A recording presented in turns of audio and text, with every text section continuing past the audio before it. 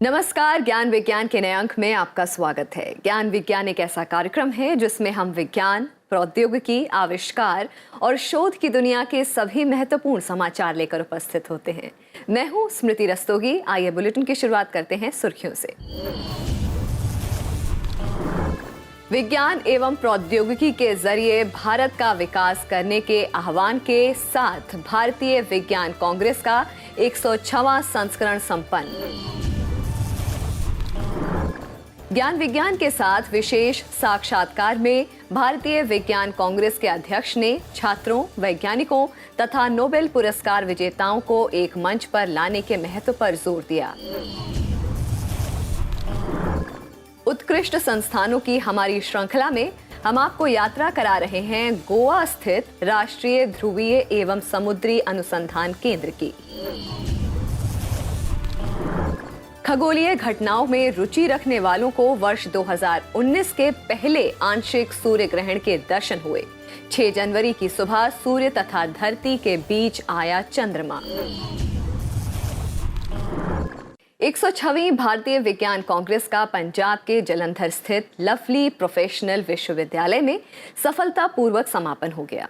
5 दिवसीय विज्ञान कांग्रेस में बाल विज्ञान कांग्रेस, महिला विज्ञान कांग्रेस, नोबेल पुरस्कार विजेताओं के व्याख्यान और उद्योग अकादमिक के बीच परस्पर समन्वय जैसे कई कार्यक्रम आयोजित किए गए, जो भविष्य का भारत, विज्ञान और प्रौद्योगिकी विषय वस्तु पर केंद्रित थे। अन्य गतिविधियों में प्राइड ऑफ इंडिया प्रदर्शनी तथा विभिन्न मॉडल तथा डिजाइनों के माध्यम से देश के प्रतिष्ठित संस्थानों की वैज्ञानिक उपलब्धियों के प्रदर्शन शामिल थे। पेश है आयोजन स्थल से ज्ञान विज्ञान की विशेष रिपोर्ट।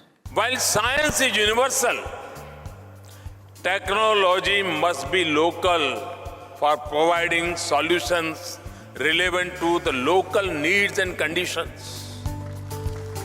इस वक्तव्य के साथ प्रधानमंत्री नरेंद्र मोदी ने पंजाब के जालंधर स्थित लवली प्रोफेशनल विश्वविद्यालय में 3 से 7 जनवरी तक संपन्न 106वीं भारतीय विज्ञान कांग्रेस का उद्घाटन किया। प्रधानमंत्री मोदी ने भारतीय विज्ञान कांग्रेस संघ को इस वर्ष की विषय वस्तु भविष्य का भारत, विज्ञान और प्रौद्योगिकी चुनने के लिए बधाई दी। उन्होंने जोर दिया कि अगर भारत विज्ञान, प्रौद्योगिकी और अनुसंधान को आम लोगों से जोड़ने में सफल होता है तो अपनी वास्तविक संभावनाएं उजागर करेगा। 5 दिवसीय भारतीय विज्ञान कांग्रेस का उद्देश्य वैज्ञानिकों, उद्योगपतियों, अकादमिशियनों तथा छात्रों को एक मंच पर लाना था, ताकि समाज कल्याण के लिए आविष्कारों तथा अनुसंधानों पर विचार विमर्श किया जा सके।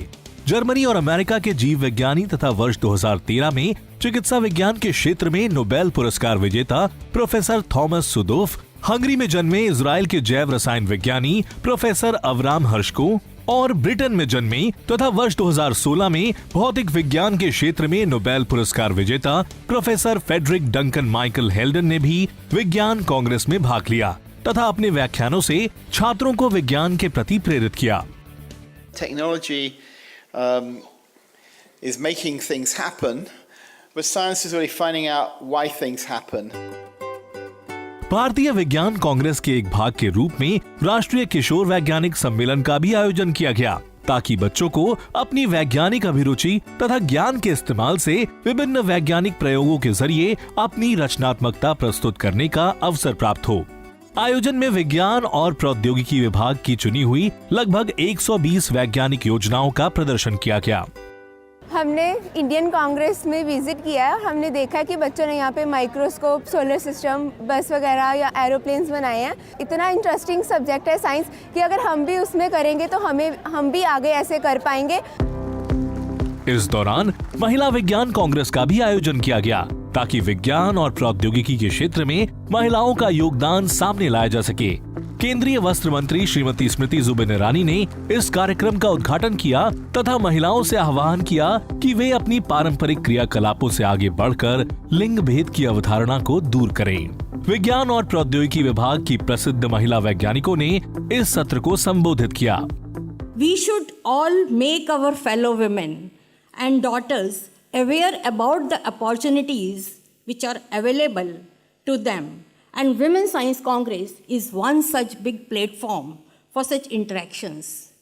I hope it would provide good exposure to young researchers and students. इनके अलावा 106वीं भारतीय विज्ञान कांग्रेस में कई दिलचस्प गतिविधियों का आयोजन किया गया। सिविल तथा मैकेनिकल इंजीनियरिंग विभाग के छात्रों ने विश्वविद्यालय परिसर के द्वार पर 55 फीट विशाल तथा 25 टन भारी मेटल मैग्ना नामक रोबोट स्थापित किया। आगंतुकों का ध्यान सौर ऊर्जा से चलने वाले एक ड्राइवर रहित बस की ओर आकर्षित हुआ, जबकि मैदान के बीचों बीच एक विशाल टेलीस्कोप छात्रों के लिए कौतूहल का विषय बना। सबसे आकर्षक तथा कौतूहल भरी गतिविधि थी टाइम कैप्सूल को दफनाना।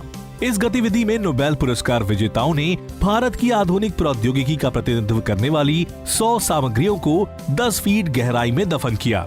दफन किए गए टाइम कैप्सूल को 100 वर्षों तक सुरक्षित रखा जाएगा और वर्ष 2119 में खोला जाएगा। कार्यक्रम में प्राइड ऑफ इंडिया नामक विज्ञान प्रदर्शनी आयोजित की गई, जिसमें प्रतिस्पर्धात्मक प्रौद्योगिकी, वैज्ञानिक उत्पाद तथा सेवाओं, उपलब्धियों, अनुसंधान पहल तथा विज्ञान एवं प्रौद्योगिकी, शिक्षा, रक्षा, अंतरिक्ष, स्वास्थ्य सुविधा, ऊर्जा, पर्यावरण आदि क्षेत्रों में भारत के उत्कृष्ट संस्थानों और प्रयोगशालाओं के क्रियाकलापों को प्रदर्शित किया गया।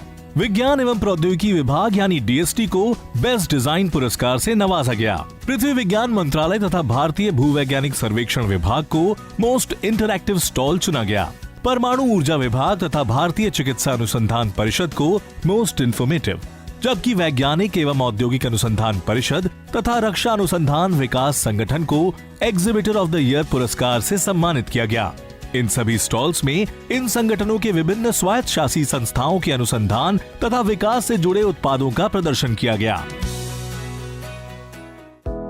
5 दिवसीय आयोजन ने दुनिया भर से एकत्र वैज्ञानिकों के विचारों तथा अनुसंधानों के आदान प्रदान के लिए बेहतरीन मंच उपलब्ध कराया। वैज्ञानिक प्रदर्शनियों, संपूर्ण सत्रों तथा व्याख्यानों ने आम लोगों में विज्ञान के प्रति कौतूहल उत्पन्न करने में महत्वपूर्ण भूमिका अदा की, जो देश में वैज्ञानिक अभिरुचि विस्तृत करने में मददगार साबित होगा।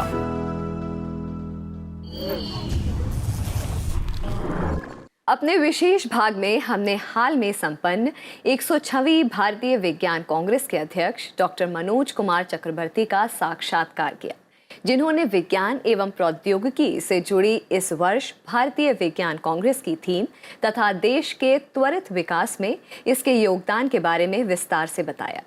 Sir, my first question would be, how was this year's Indian Science Congress different from the previous years?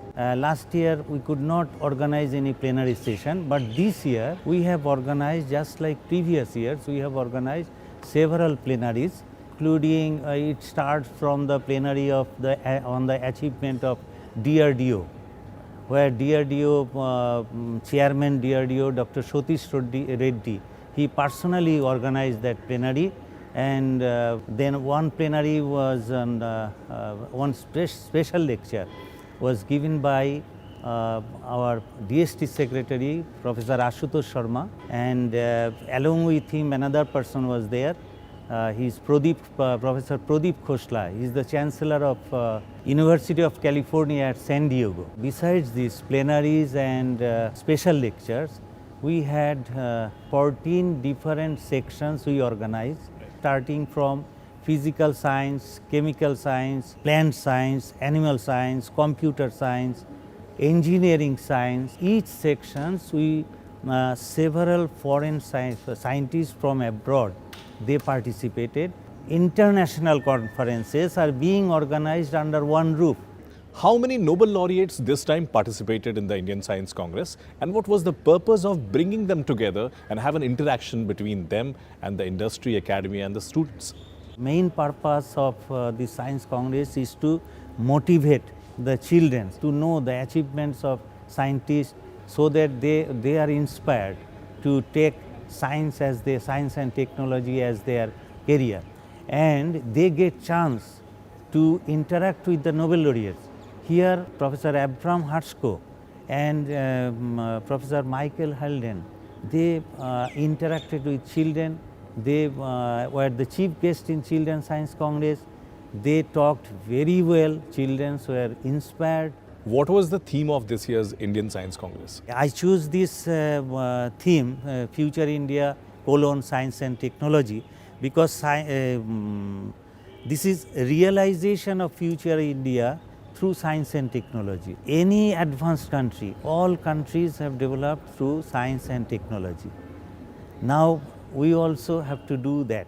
You were there at the meeting which happened between the Prime Minister and the Nobel laureates. So what was the discussion point of that meeting? Nobel laureates explained their thing. They said that they appreciated our Prime Minister, and they made some discussion on their work also, and they appreciated the Prime Minister for his support for science in India.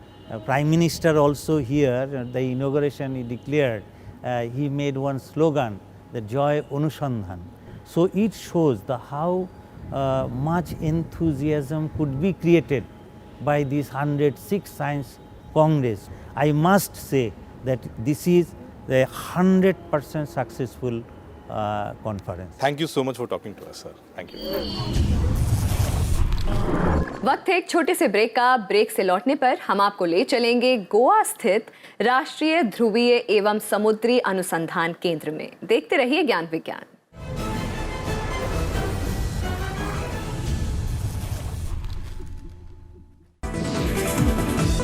जनवरी का दूसरा हफ्ता खत्म हो रहा है और कुछ ही दिनों बाद बजट आएगा। बजट से सभी की उम्मीदें जुड़ी होती हैं, लाजमी है आपकी भी कई उम्मीदें होंगी। ये जरूरी नहीं है कि नया टैक्स लगाओ या किसी और को कम करो, बट जो आपकी इंटेंशन है, और सेम चीज़ एक्सपेंडिचर साइड पे भी अप्लाई कर सकती है। तो गवर्नमेंट अगर सोचती है कि हम बड़ी स्कीम जैसे वो डिस्कस कर सकते हैं, जो चर्चा हो रही है मीडिया में, अनाउंस कर सकते हैं। जो भी सरकार हो उसकी ये होनी चाहिए कि कैसे कृषि क्षेत्र से लोगों को इंडस्ट्री में लाया जाए, क्योंकि इस किस्म का इकोनॉमी का ढांचा सस्टेनेबल नहीं है। देखिए अर्थनीति शनिवार शाम 7:30 बजे सिर्फ राज्यसभा टेलीविजन पर।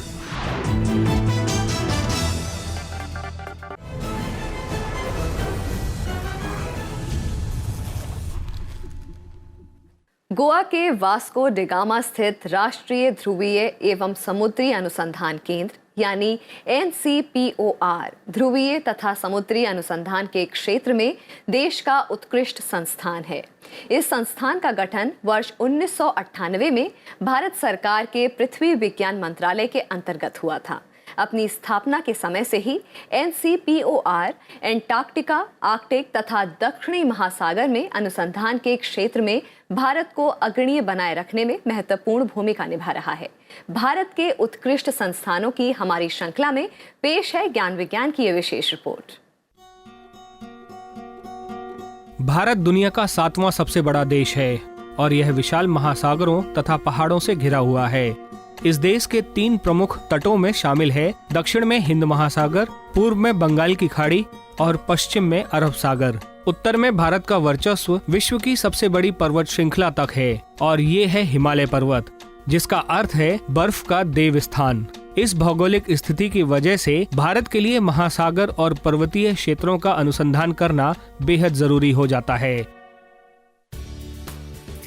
इन अद्वितीय भौगोलिक स्थानों का अध्ययन करने के उद्देश्य से मई 1998 में गोवा के वास्को डिगामा में राष्ट्रीय ध्रुवीय एवं समुद्री अनुसंधान केंद्र यानी NCPOR की स्थापना की गई थी।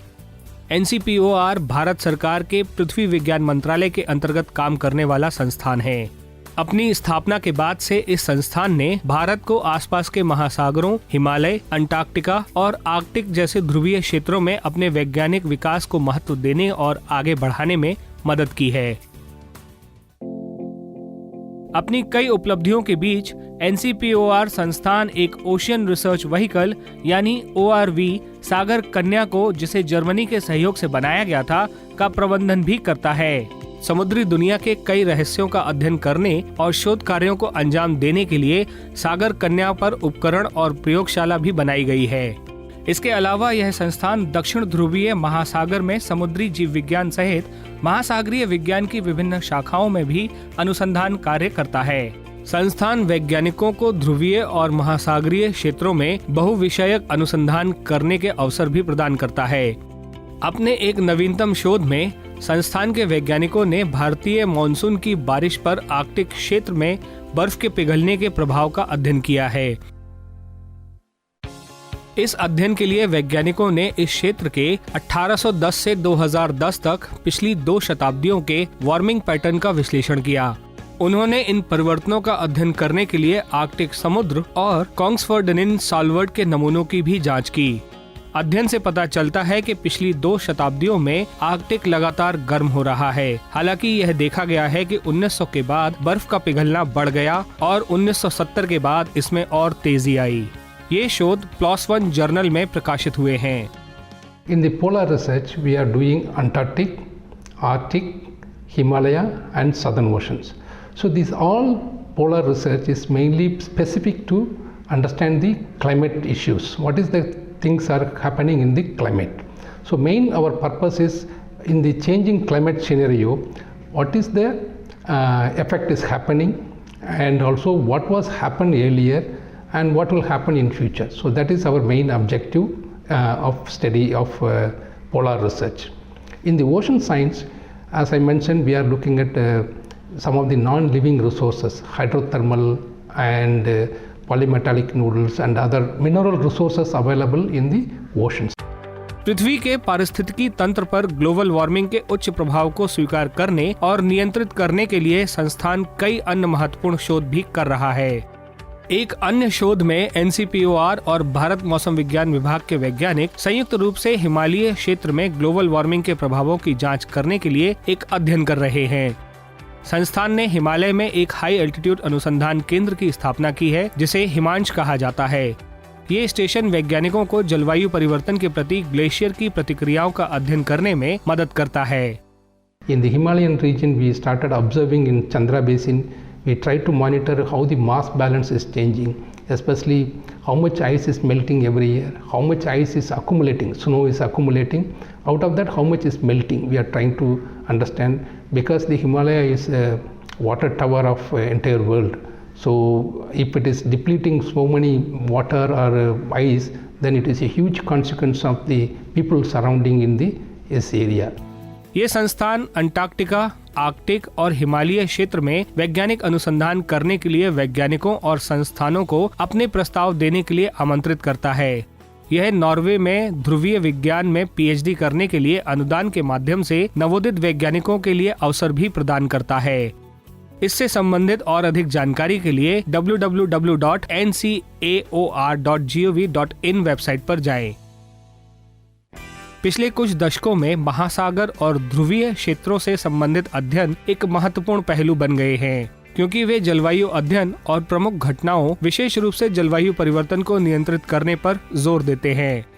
राष्ट्रीय ध्रुवीय एवं समुद्री अनुसंधान केंद्र द्वारा की गई विस्तृत शोध के माध्यम से भारत भी अपने आसपास के महासागरों और पहाड़ों के पहलुओं को बेहतर तरीके से समझने में सक्षम हुआ है।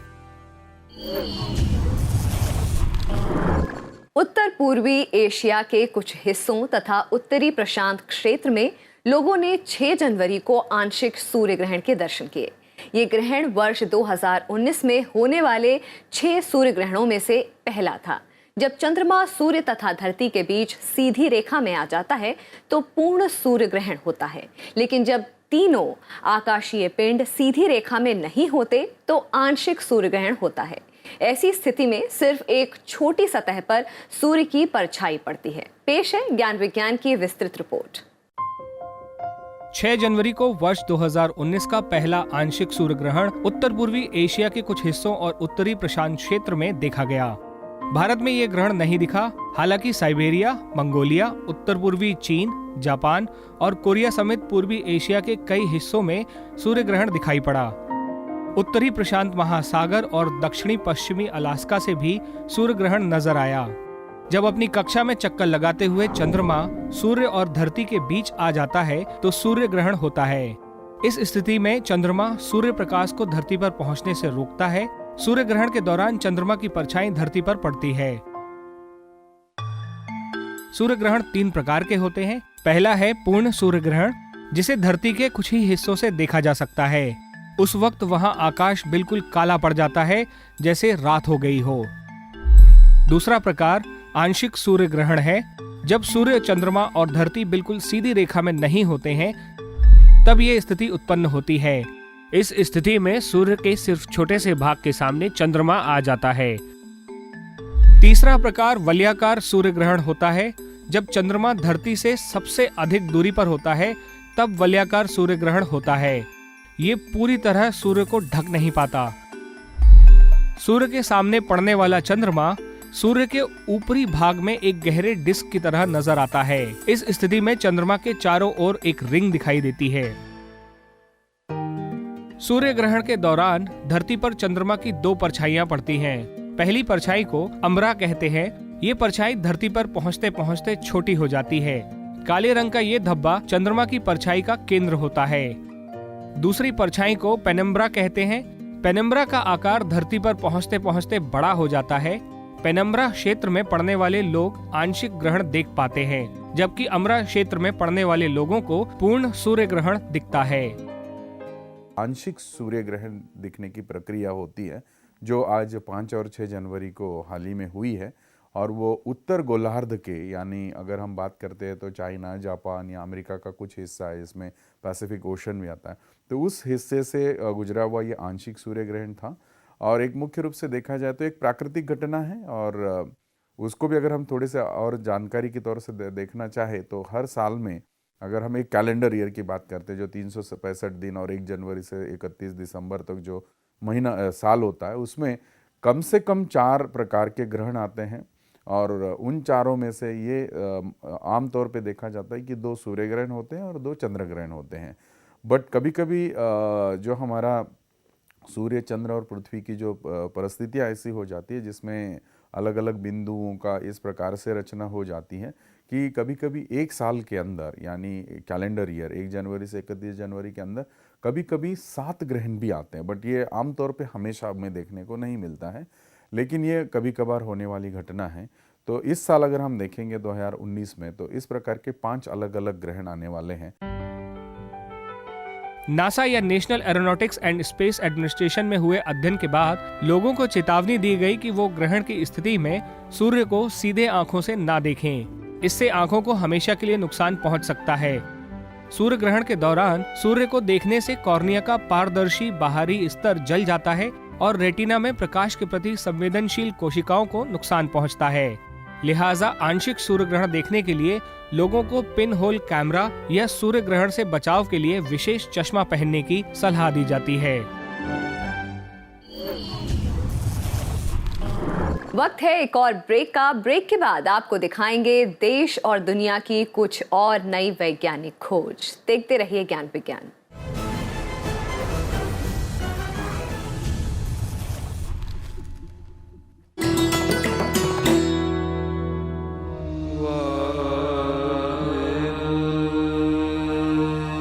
अमृतसर का स्वर्ण मंदिर सिख धर्म का सबसे पवित्र स्थान। हरमंदिर साहिब और दरबार साहिब हैं इस तीर्थ स्थल की दूसरे नाम। मुख्य परिसर में है एक सरोवर, जिसके ठीक बीच में बनी है एक शानदार इमारत, जिसके है 4 प्रवेश द्वार। मुख्य इमारत की ऊपरी हिस्से पर है सोने की परत, जिससे मिला इसे स्वर्ण मंदिर का नाम। 1588 में शेख मियां मीर ने गुरु अर्जुन देव के निर्देशन में रखी हरमंदिर साहिब की नींव और 1604 ईस्वी में ये बनकर हुआ तैयार। स्वर्ण मंदिर में आते हैं रोजाना 60,000 से ज्यादा श्रद्धालु और लगभग 35,000 लोग शामिल होते हैं विशाल लंगर में।